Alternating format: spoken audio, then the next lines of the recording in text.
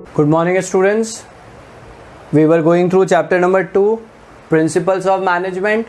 Last video we have discussed about Principles of Scientific Management of F.W. Taylor. In today's video we will discuss about Techniques of Scientific Management given by F.W.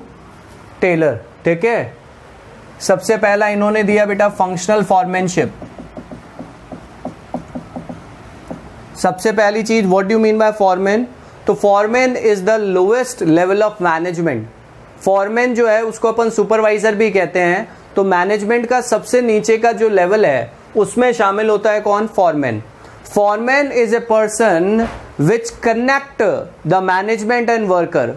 Foreman वो person है जो management और worker को connect करके रखता है. और foreman का एफिशिएंट होना किसी भी ऑर्गेनाइजेशन के लिए बहुत ज़्यादा जरूरी है. तो F.W. टेलर ने जो पहली टेक्निक दी वो थी बेटा फंक्शनल फॉरमैनशिप. तो in a factory system the foreman represent the managerial figure. ठीक है, फॉरमैन जो फैक्ट्री सिस्टम है उसमें फॉरमैन का बहुत ही क्रूशियल रोल है. ठीक है, जिसका काम है जो प्रोडक्शन प्रोसेस है उस प्रोडक्शन प्रोसेस की पूरी प्लानिंग करना, उसको इम्प्लीमेंट करना और कंट्रोल करना. Foreman is responsible for planning, implementing and control the entire production system. ठीक है, और F.W. टेलर ने कहा कि भैया जो प्लानिंग है, क्योंकि इनका काम प्लानिंग भी है और प्रोडक्शन से रिलेटेड भी हो गया, इम्प्लीमेंटेशन एंड कंट्रोल. तो उन्होंने कहा foreman can be divided under two heading, planning incharge and production incharge. Planning incharge and production incharge. Under planning in charge there will be 4: instructor, route clerk. ठीक है, instructor हो गया, route clerk हो गया. ठीक है, इसके बाद इसमें हमारे लिए आएगा time and cost clerk.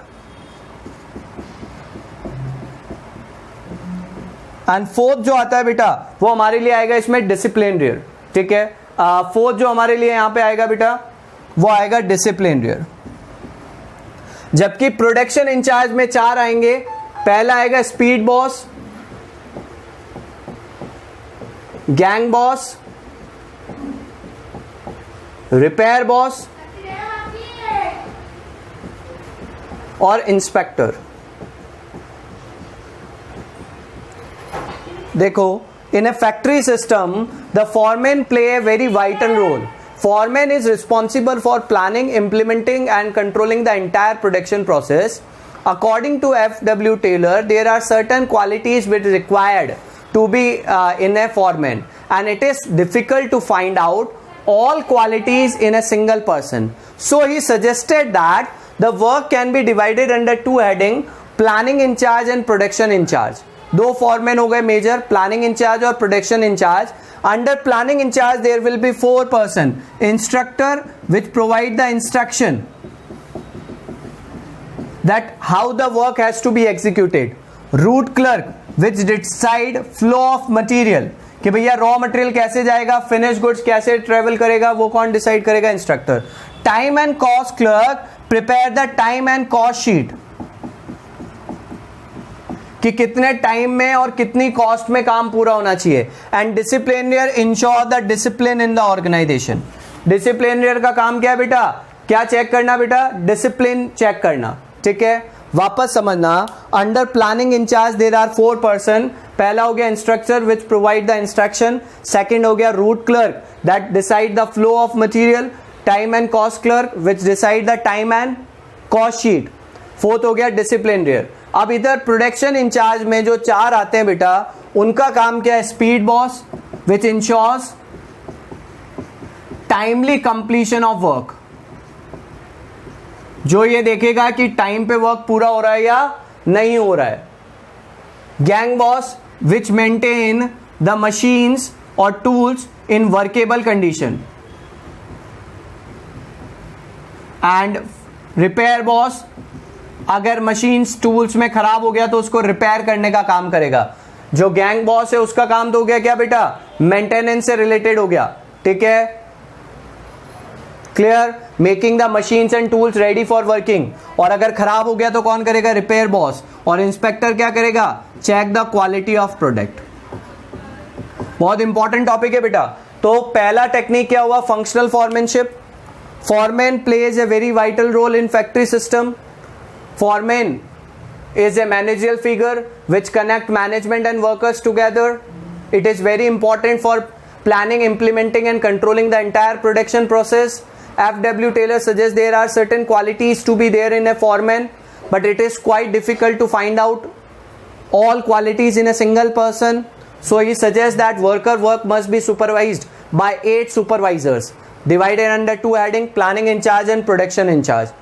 Under planning in charge there will be 4: instructor, route clerk, time and cost clerk, disciplinarian. Instructor का काम क्या होगा बेटा, provide the instruction. Root clerk which decide the flow of material, कैसे raw material पहुंचेगा, कैसे वो plant तक जाएगा, कैसे फिनिश गुड्स आगे जाएगा.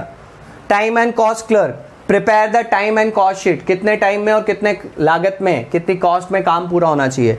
डिसिप्लिनरियर विच ensures that discipline in maintain in the organization. Production in charge 4: speed boss, timely completion of the work. Gang boss which maintain the workable conditions of machines and tools. Repair boss and 4th हो गया inspector which check the quality of product. important है बेटा, 1 mark में भी question आ सकता है कि planning in charge, production in charge में 4 कौन आते हैं वो आपको पता हो गया और उनके काम क्या क्या है वो आपको पता होना चाहिए. दूसरी टेक्निक इन्होंने दी बेटा, standardisation and simplification.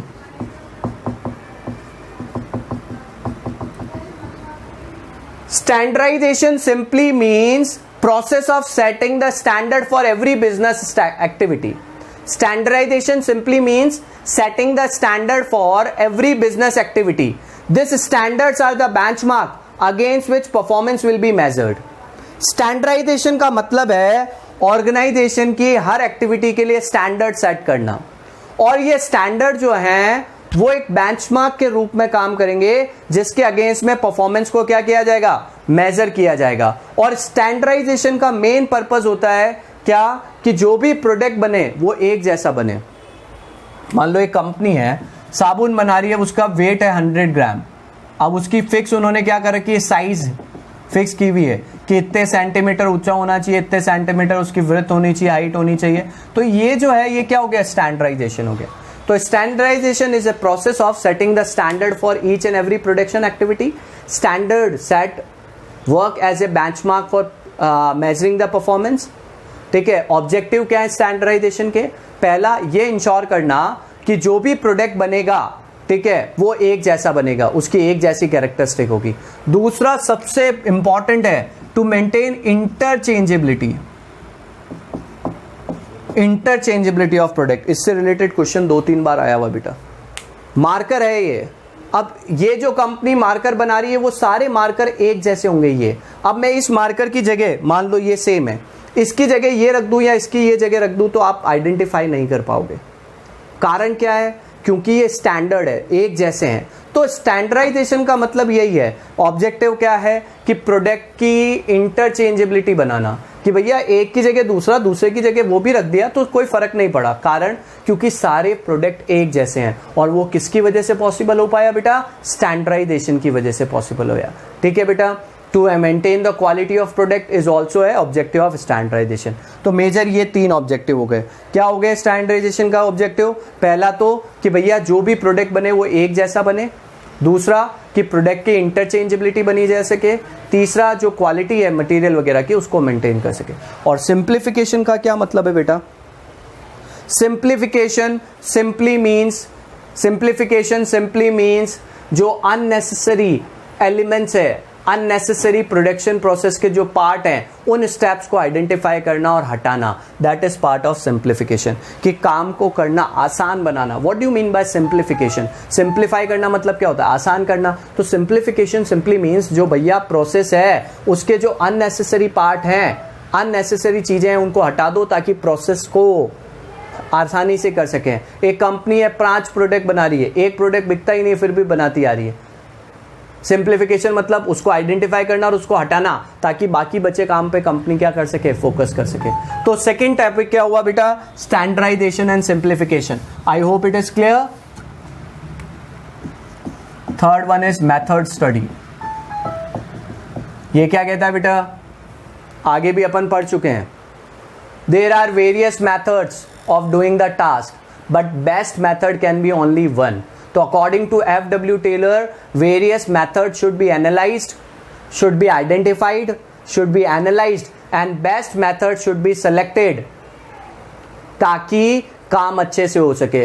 The objective of method study is to reduce the या minimize the cost of production and maximize the quality and satisfaction of customer. What is the objective of method study? वापस समझना.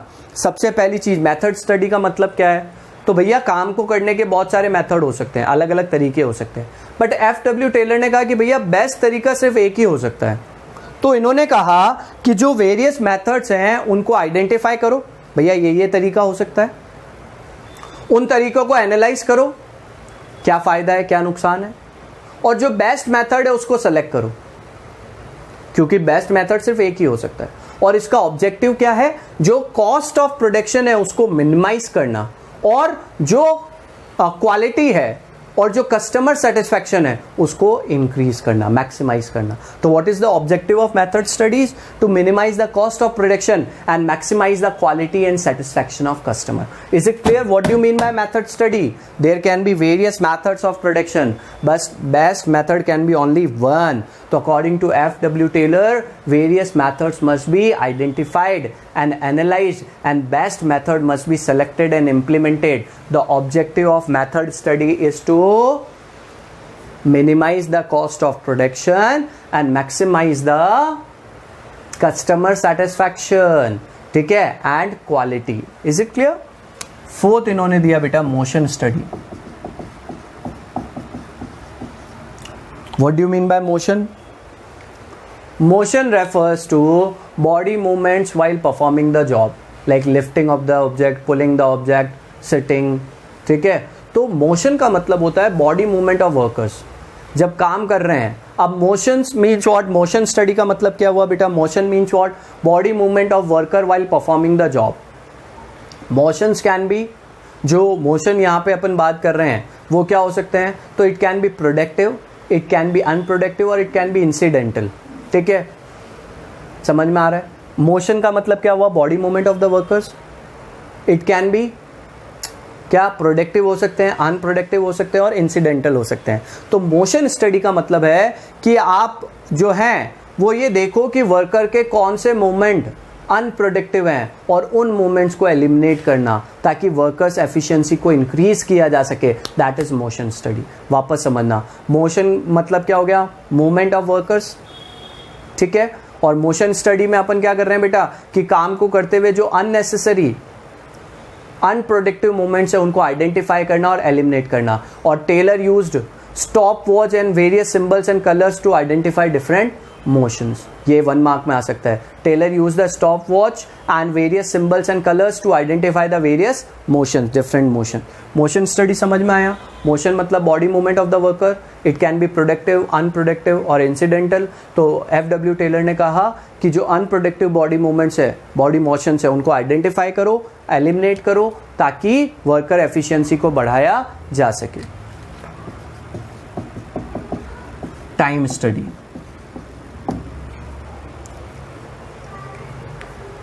Time study समझो क्या है? एक जना एक chapter को पढ़ाने में 10 घंटे लेता है, एक जना एक चैप्टर को, उसी चैप्टर को पढ़ाने में 5 घंटे लेता है. मैं क्या कहना चाह रहा हूं बेटा, इसको इस तरीके से भी समझो कि एक वर्कर एक काम 10 घंटे में करता है और एक वर्कर उस काम को 5 घंटे में कर देता है. तो टाइम स्टडी ये कहती है कि भैया जो डिफरेंट वर्कर टाइम ले रहे हैं उनको आइडेंटिफाई करो और एक स्टैंडर्ड टाइम डिटरमाइन किया जाए ताकि ये देखा जा सके कि टाइम पे काम पूरा हो रहा है या नहीं हो रहा है. वापस समझना, टाइम स्टडी क्या है बेटा? It determine the standard time to be taken to complete the task और the job. Standard time decide करना, किस टाइम में, स्टैंडर्ड टाइम में वो काम पूरा होना चाहिए. ठीक है, the objective of time study is to determine the number of workers to be employed and determine the labour cost. सबसे इंपॉर्टेंट चीज है बेटा कि टाइम स्टडी का काम जो है वो क्या है? ये आइडेंटिफाई करना कि आपको कितने वर्कर चाहिएंगे और कितनी कॉस्ट में आप काम पूरा कर सकते हो। मुझे 10 यूनिट बनानी है, मुझे पता है एक जना एक दिन की 1 यूनिट बना सकता है। टाइम स्टडी से पता लगा कि भैया स्टैंडर्ड इतना है तो इतने में काम होगा, तो अब मुझे पता लग गया कि मुझे कितने वर्कर चाहिएंगे, 10 वर्कर चाहिएंगे, क्योंकि 10 यूनिट बनानी है, एक जना एक ही बना सकता है, तो कितने चाहिएंगे, 10। तो टाइम स्टडी क्या है बेटा कि it determine the standard time for completion of the work by analysing the time taken by different workers. ठीक है, अलग अलग वर्कर ने अलग अलग टाइम लिया, उनको हमने एनालाइज किया और उसके बेस पे स्टैंडर्ड टाइम डिटरमाइन किया और ये देखा कि भैया ये स्टैंडर्ड टाइम है जिसमें काम पूरा होना चाहिए। और ऑब्जेक्टिव क्या है टाइम स्टडी का, to determine the number of workers required and the cost, कितने कॉस्ट में वो काम पूरा हो सकता है। 6th इन्होंने दिया बेटा फैटीग स्टडी। फैटीग एक तरह से होता है थकान से रिलेटेड। तो after a continuous work a worker tend to feel physically और मेंटली टायर्ड। एक आदमी अगर लगातार काम करता है तो कुछ समय बाद वो फिजिकली और मेंटली टायर्ड होगा ही होगा। He must be provided a rest so he can gain his stamina and concentration level again. FW Taylor ने ये कहा कि भैया अगर वर्कर लगातार काम करता है तो कुछ देर बाद he will feel physically और mentally tired, तो उसको रेस्ट देना चाहिए ताकि वो अपना स्टैमिना और कंसंट्रेशन लेवल रीगेन कर सके। तो फैटिग स्टडी यही कहती है कि उनको कितनी देर का और कितनी देर बाद रेस्ट देना चाहिए। हाउ मच रेस्ट मल be provided and after how much time. ज़रूरत से ज़्यादा रेस्ट दे दोगे तो भी नुकसान है, कम दोगे तो भी नुकसान है। तो फैटिग स्टडी क्या कहती है बेटा, समझना। A worker is tend to feel physically और mentally tired after a continuous work, he must be provided a rest so he can regain his stamina or concentration level. Under fatigue study we try to identify the time interval और duration of the rest, कितनी देर बाद और कितनी देर का rest देना चाहिए, क्योंकि अगर ज़्यादा दोगे तो भी नुकसान है, नहीं दोगे तो भी नुकसान है। तो उसको आइडेंटिफाई करना फैटिग स्टडी का पार्ट है। और 7th इन्होंने दिया डिफरेंशियल पीस वेट सिस्टम। सबसे इंपॉर्टेंट है ये, सबसे इंपॉर्टेंट है ये differential piece wage system. Workers को जो तनख्वाह दी जाती है बेटा,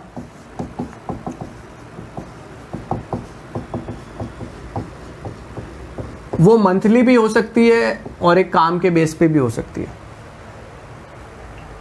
FW Taylor was a strong advocate of piece wage system.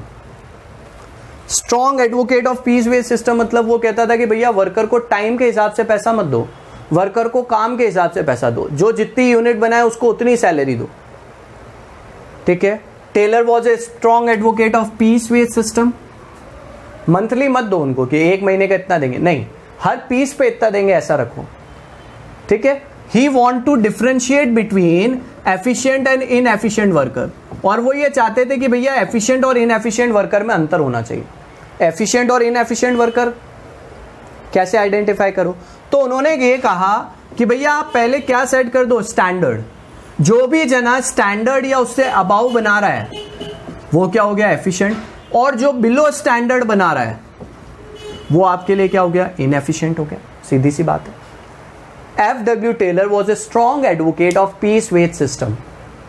He want to differentiate between efficient and inefficient worker. तो उन्होंने कहा भैया वर्कर वो जो कि स्टैंडर्ड या उससे अबाउ बना रहे हैं उसको हाई रेट से पैसा दो, और जो कम रेट से बना रहे हैं, स्टैंडर्ड से कम बना रहे हैं, उसको कम दो, ताकि उन दोनों में अंतर किया जा सके। किन दिनों में, एफिशिएंट और इनएफिशिएंट में। जैसे एक एग्जांपल है, स्टैंडर्ड यूनिट है 10, ठीक है, उन्होंने कहा कि भैया 10 यूनिट या इससे कोई भी ज़्यादा बनाता है उसको 5 रुपये मिलेंगे पर यूनिट। ठीक है, और स्टैंडर्ड से कम बनाता है उसको मिलेंगे 4 रुपये यूनिट के। बिलो स्टैंडर्ड अगर कोई बनाता है तो 4 रुपये है, और स्टैंडर्ड कितनी यूनिट है, 10 यूनिट है। ए बी 2 वर्कर हैं, ए बनाता है 11 यूनिट, बी बनाता है 9 यूनिट। 2 यूनिट का ही अंतर है बस, ए ने 11 बनाई है, बी ने 9 बनाई है। मगर ए को कितना मिलेगा, 55 रुपीज़, और बी को कितना मिलेगा, सिर्फ 36 रुपीज़। 2 यूनिट में इतना फ़र्क आ गया, क्योंकि उन्होंने सीधा सा कहा था कि भैया जो वर्कर स्टैंडर्ड या अबाउ बना है उसको हाई रेट से पेमेंट करो, ताकि एफिशिएंट वर्कर को और मौका मिले कि वो और अच्छा करे, और इनएफिशिएंट वर्कर को कम दो ताकि उसको एक तरह का पनिशमेंट मिले और वो आगे से अच्छी मेहनत करे। तो that is differential piece wage system. क्या है differential piece wage system? F W. Taylor was a strong advocate of piece wage system. He want to differentiate between efficient and inefficient worker. So he say that कि worker who perform standard और about standard are efficient, और जो below standard बना रहे हैं वो inefficient है। तो जो एफिशिएंट वर्कर है उनको हाई रेट से पैसा दो और जो इनएफिशिएंट है उसको कम रेट से, ताकि दोनों में अंतर किया जा सके। Is it clear? I hope things are clear. If you have any doubt, write that in comment box. I will try to answer it. And if you like the video, please like it and subscribe my channel and share it with other students also. Thank you everybody. Have a nice day.